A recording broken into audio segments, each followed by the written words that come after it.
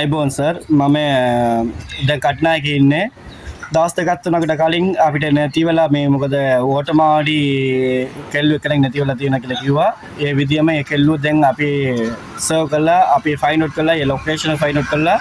ඒ කෙල්ලුව අරගෙන ඉවිල්ලා තියෙන්නේ. මේකේ තමයි මේ කෙල්ලුව. මේ ඉන්න අර කෙල්ලුව. ඔයාගෙන උங்களோட பேர் என்னம்மா? நிசா கூர்னிசா. ரம்லான் கூர்னிசா. ரம்லான் கூர்னிசா. உங்களோட ஊர் எங்கம்மா? வாலச்சேனை. வாலச்சேனை.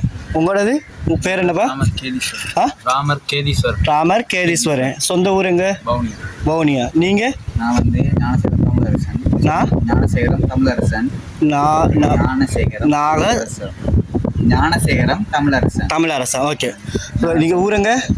கிளிநொச்சி.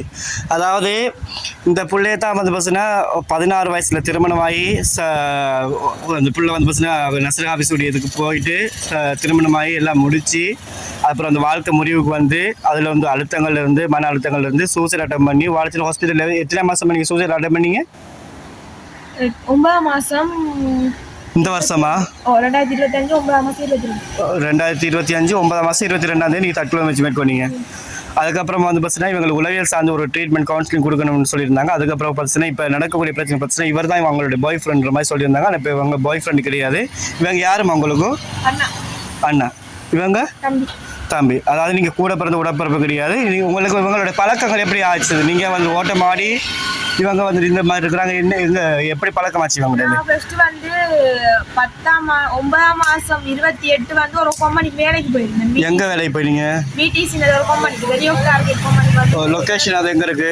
கிரோச் ஹாஸ்பிடலுக்கு முன்னால ஒரு ரோட்ல இருக்கு. ஓகே. அங்க பழக்கமான வேலை. வர்க் போன டைம் வந்து இவங்க எல்லாம் பழக்கம் எனக்கு. ஓகே. இப்போ நீங்க உங்களுக்கு ஆல்ரெடி நீங்க தற்கொலை முயற்சி மேற்கொண்டிருக்கீங்க. அப்படி இருக்கும்போது உங்களுக்கு உளவியல் சார்ந்து சில கவுன்சிலிங் கொடுக்கணும்னு சொன்னாங்க. ஏன்னா வாழ்க்கையில நடந்த சில கசப்பான விஷயங்கள் உங்களுக்கு மன ரீதியாக வந்து சில அழுத்தங்கள் இருக்கும். அதுக்காக என்ன சைக்காலஜிக்கலி போகிறேன்னு சொல்றது பைத்தியக்காரங்க போகிறது கிடையாது. ஏன்னா சில விஷயங்கள் உங்களுடைய எதிர்பார்ப்புகள் அந்த எதிர்பார்ப்பு கிடைக்காம போன ஒரு காரணத்தினால பார்த்தீங்கன்னா நீங்கள் வெளியில் வரணும் அப்படின்றதான் அரசுடைய முக்கியமான ஒரு விஷயம். இப்போ நீங்கள் 16 வயசுக்கு மேற்பட்டதுனால இப்போ புதிய சட்ட திட்டங்கள் வந்திருக்கு. இப்போ இதுக்கு அவங்களை காப்பாற்றுறதுக்கு மிக முக்கியமான உதவி செஞ்ச நபர்கள் அப்படின்னு பார்த்தீங்கன்னு சொன்னால் வத்தலை சைல்டு அத்தாரிட்டி குழந்தை அமைப்புகள் வந்து ஏன்னா அவங்களுடைய சஜஷன் மூலமாக தான் அவங்க எல்லாரையும் 3 பேரையுமே ஃபைண்ட் அவுட் பண்ண முடிஞ்சது. உங்கள்ட்ட வந்து ஒருத்தவங்க போயிட்டாங்க, நீ போலீஸ் கேஸுக்காக போயிட்டாங்க. இப்போ இந்த சம்பவம் நடந்ததுக்கு பார்த்தீங்கன்னா எல்லாரும் இதில் யாரும் நீங்கள் குற்றவாளியும் கிடையாது, நீங்கள் யாரும் பயப்பட அவசியம் கிடையாது. ஏன்னா 17 வயசு புள்ள, அது ஒரு இஸ்லாமிய சமுதாயத்தை சேர்ந்த ஒரு புள்ள. நீங்கள் வழியில் வந்துருக்கீங்க, வந்து இந்த மாதிரி சஃபர் பண்ணி இருக்கும்போது தாய் தாப்பட்டி இவங்களோ நல்லவங்களோ கெட்டவங்களோ எல்லா விதமான பாதுகாப்பு உங்களுக்கு அவங்க தரணும். அதில் 2 மாதத்துக்கு முன்னாடி 2.5 மாதத்துக்கு முன்னாடி நீங்கள் வீட்டை விட்டு கிளம்பிருக்கீங்கன்னு நினைக்கிறேன். வீட்டை விட்டு கிளம்பும்போது வாழைச்சேனை போலீஸில் வந்து பார்த்தீங்கன்னா முறைப்பாடுகள் மேற்கொள்ள போயிருக்காங்க. வாய்ப்பு முறைப்பாடு தான் உங்களுடைய உம்மாவுடைய பக்கத்துலேருந்து எடுத்துருக்குறாங்க. எங்கேயுமே சிஎஸ்ஆர் போட்டு கொடுக்கல. அதே மாதிரி பார்த்தீங்கன்னா வாழைச்சேனை காவல்துறை அதிகாரிகள் வந்து பார்த்தீங்கன்னா உங்களை அனுப்பியிருக்கிறாங்க. எங்கே நம்முடைய ப்ரீவியஸ் முன்னாள் அமைச்சர் எம்பி இல்லை அமீர் அலி சார் அவங்கள்ட்டையும் போய் வாய்ப்பு முறைப்பாடு கொடுத்துருக்காங்க. அவங்களுக்கு அமீர் அலி சார் உங்களுக்கு நீங்கள் பஸ்ஸை விட்டு நீங்கள் கிளம்பும்போது கால் பண்ணாங்களா? ஹாஸ்பிட்டல்ல இருந்து கால் வந்துருந்துச்சு. நீங்க கவுன்சிலிங் பண்ணாம போயிட்டீங்கன்னா அதே மாதிரி போலீஸ் ஸ்டேஷன்ல இருந்து கால் வந்துச்சு. போலீஸ் ஸ்டேஷன்லேருந்து கால் வந்துச்சு. அதே மாதிரி உங்களுக்கு யாரும் காவல்துறை அதிகாரிகள் உங்களுக்கு அம்மா வந்து முறைப்பாடு செஞ்சாங்கன்னு கால் பண்ணி இன்ஃபார்ம் பண்ணாங்களா? யார் இன்ஃபார்ம் பண்ணது? இன்ஃபார்ம் பண்ண அவங்க பேர் தெரியும் எனக்கு. நான் அங்கே போலீஸ் ஸ்டேஷன்ல பழக்கம் தான். ஓகே. அதில் வந்து சொன்னாங்க எங்க போயிருக்கீங்க, உங்களுக்கு காணோம்னு சொல்லி கால் வந்துருக்கு, நீங்க எங்க இருக்கீங்கன்னு கேட்டாங்க. ஓகே. நான் சொன்னேன் நான் எல்லாருக்கும் தெரிஞ்சுதான் ஜப் நான் போறேன், நான் வேலைக்கு தான் போறேன், வேற ஒன்றுக்கு போகலன்னு சொன்னேன். ஓகே. அதுக்கப்புறம் போலீஸ் ஸ்டேஷன்ல இருந்து கால் வந்துச்சு, நீ வந்து சூசைட் அட்டம் பண்ணிட்டு நீ ஹாஸ்பிட்டல்ல போய் படுத்து போட்டு இப்ப நீ எங்க போய் படுக்க போறான்னு சொல்லி ஒரு போலீஸ் அதிகாரி என்கிட்ட கேட்டார். அதுக்கு நான் சொன்னது வந்து உங்க கதைக்கிறத ஒழுக்கமாக்காதீங்க, நான் எங்கேயும் போல வேலைக்கு போறேன்னு சொல்லிட்டு நான் கட் பண்ணிட்டு நம்பர் பிளாக் பண்ணிட்டேன்.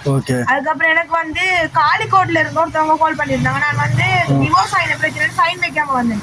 அதுக்கு வர சொல்லியிருந்தாங்க. நான் வந்து 10 மாசத்துக்கிட்ட நான் ஊருக்கு போனேன். நான் போய் தான் வந்தேன். போய் எல்லாரோடையும் கதைச்சி பேசி நான் ஒர்க் போறேன்னு சொல்லிட்டு தான் இங்க வந்தேன்.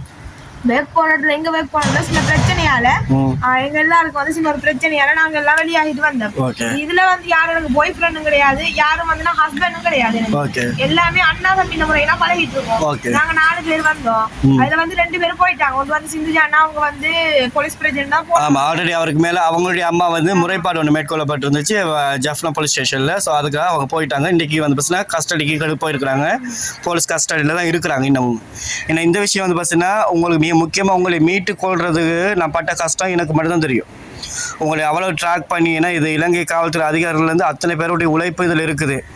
வத்தலை போலீஸாக இருக்கட்டும், கட்நாயக்க போலீஸ் நிலையங்களில் இருக்கக்கூடிய உயர் அதிகாரிகளாக இருக்கட்டும், அப்புறம் வெள்ள வத்தையில் இருக்கக்கூடிய சைல்டு அத்தாரிட்டியாக இருக்கட்டும், சிஐடி ஆஃபீஸர்ஸாக இருக்கட்டும், அதுக்கடுத்தது வந்து ஒரு சில தன்னார்வ நிறுவனங்களாக இருக்கட்டும், இது எல்லாருடைய உழைப்புனால தான் இது ஸ்பெசிஃபிக்காக ஓட்டமாடி டிஎஸ் ஆஃபீஸில் இருக்கக்கூடிய ஸ்டாஃபுக்கு WDO சார் ஒருத்தங்க, WDO மிஸ் ஒருத்தங்க இருக்கிறாங்க. அந்த மிஸ் வந்து பஸ்ஸில் அவங்க பேர் எனக்கு தெரியலை.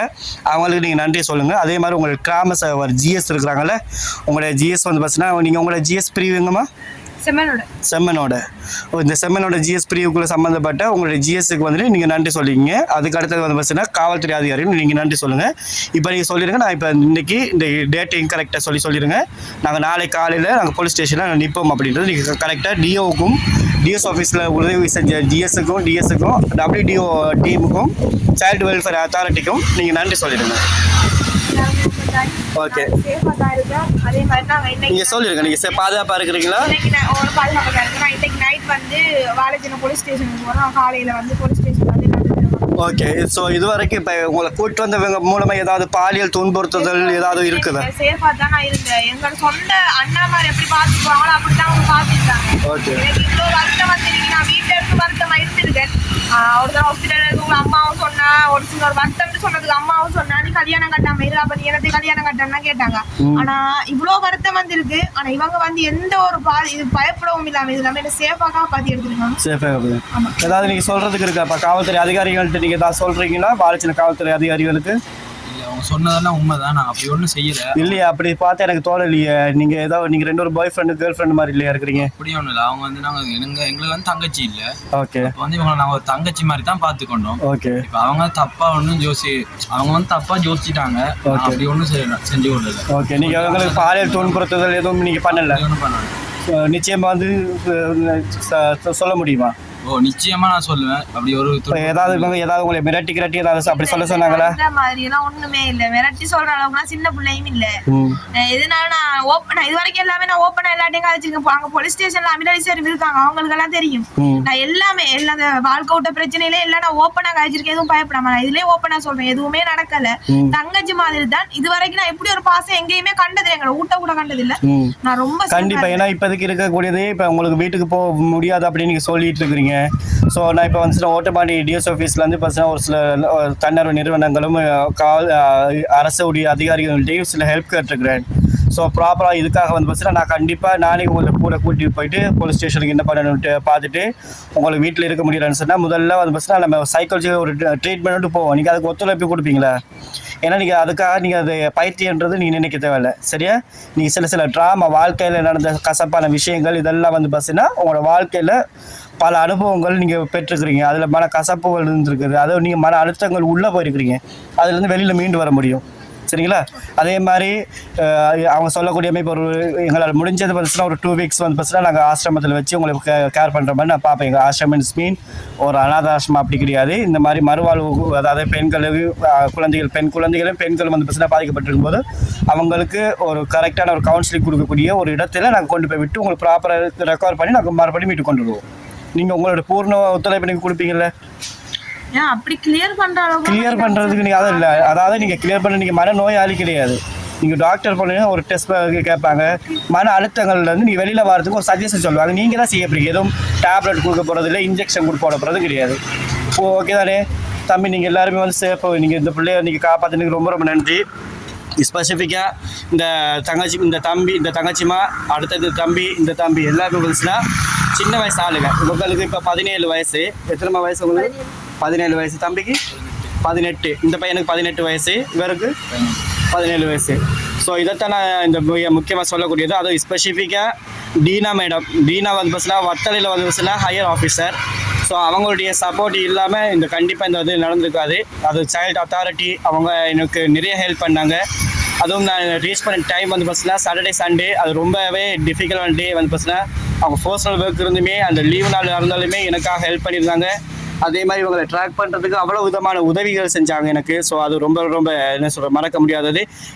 எஸ்பெஷலி தேங்க்யூ ஸோ மச் இந்த ஆல் கைஸ் வந்துட்டு, especially Vathalai police station, then Katnayak police station and Valachina police station officers also, and Dina madam especially I need to say the thanks from the Dina madam and Watermari DS officers, WDO team and GS Seminole GS especially, and children's production department, I think so Watermari something, that guy also I think sir assalamu alaikum and thank you so much sir. So உங்களுடைய help இல்லைன்னா கண்டிப்பாக இந்த பிள்ளையை மீட்டு கொண்டு வரது முடியாமல் இருந்திருக்கும். ஸோ எல்லாருடைய உதவியோடையும் சட்ட ரீதியான எந்த பிரச்சனை இல்லாமல் இந்த பிள்ளைங்களை சேஃபாக நம்ம ஒரு இடத்துக்கு கொண்டு வந்துட்டு நம்ம மீட்டு கொண்டு வரதுக்கு எல்லா விதமான வழிமுறைகள் நம்ம செஞ்சுருக்கிறோம். இவங்களுக்கு என்ன எல்லாருமே ஒரு அடல்ட்டில் இருக்கக்கூடியவங்க தான். ஸோ அடல்ட்டாக தான் நம்ம ட்ரீட் பண்ண வேண்டியிருக்குது. அதுவும் இல்லாத சட்ட திட்டங்கள் வந்து இருக்குது. ஸோ ஒரு பெண் குழந்தை வந்துட்டு அதுவும் ஓட்டமாடியில் ஒரு இஸ்லாமிய குடும்பத்தில் பிறந்து வந்துட்டு இந்த மாதிரி வந்து இருக்கும்போது ஒரு பேரண்ட்ஸ் வந்து யாரும் அதை அக்செப்ட் பண்ண மாட்டாங்க. ஏன்னா ஆல்ரெடி அவங்க ஃபேமிலிஸ் எல்லாம் இஸ்லாம் முகமூடி மூடக்கூடிய ஒரு பர்சன்ஸு. ஸோ தயவுசெய்து இவங்க எத்தனை பேருக்கு எந்த பிரச்சனையும் இல்லாமல் எல்லாரையும் அவங்களுடைய மறுவாழ்வு கொடுத்து அவங்களுடைய வாழ்வாதாரங்கள் சார்ந்த விஷயங்களுக்கு அவங்க மூவ் ஆன் பண்ணிட்டு போகணும். கண்டிப்பாக நிச்சயமாக வந்து பிரச்சனை இதை இலங்கையிலேருந்து பார்க்கக்கூடிய கிழக்கு மாகாண உறுப்பினர்கள், அரசியல்வாதிங்க யாருடைய நேம்ஸையும் நான் மென்ஷன் பண்ண விரும்பலை. நிச்சயமாக வந்து பிரச்சனை இந்த மாதிரி பெண் குழந்தைகளுக்கு பாதிக்கப்பட்டோ இல்லை மிஸ் ஆகினாலோ இமீடியட்லி வந்து பிரச்சனை ஒரு ஆக்ஷன் எடுங்க. அந்த குழந்தைகளை வந்து பிரச்சனை மீட்டு கொண்டு வரக்கூடிய வழிமுறை ஏதோ அந்த வழிமுறைகளை செய்யுங்க. ஸோ இது ரொம்ப ஒரு கைண்டான ஒரு request. Thank you so much and அஸ்ஸலாமு அலைக்கும். வணக்கம். ஐபோ நமஸ்தே.